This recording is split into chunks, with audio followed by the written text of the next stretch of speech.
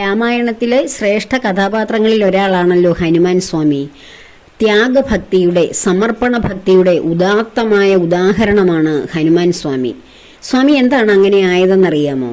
നമ്മൾ ഓരോരുത്തരും ഭൗതിക സാഹചര്യങ്ങളും വ്യക്തിബന്ധങ്ങളുമായി വളരെ ചേർന്ന് ഒട്ടിയിരിക്കുകയാണ്. അതുകൊണ്ടാണ് പശയുള്ള ബന്ധങ്ങളാണ് നമ്മളുടെ എല്ലാം. അതുകൊണ്ടാണ് നമുക്ക് വളരെ ഭാരമുള്ളത്. നമ്മെ സ്തുതിക്കുന്നു, നമ്മെ നിന്ദിക്കുന്നു, നമ്മെ ആക്ഷേപിക്കുന്നു എന്നൊക്കെ ഉള്ളത് ഞാൻ എന്ന ഭാരം നമുക്ക് വളരെ കൂടുതലുള്ളത്.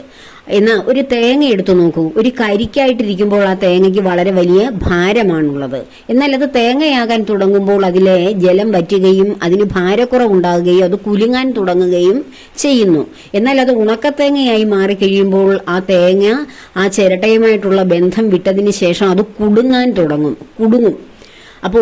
അപ്പോൾ അതിന് ഭാരം കുറയും.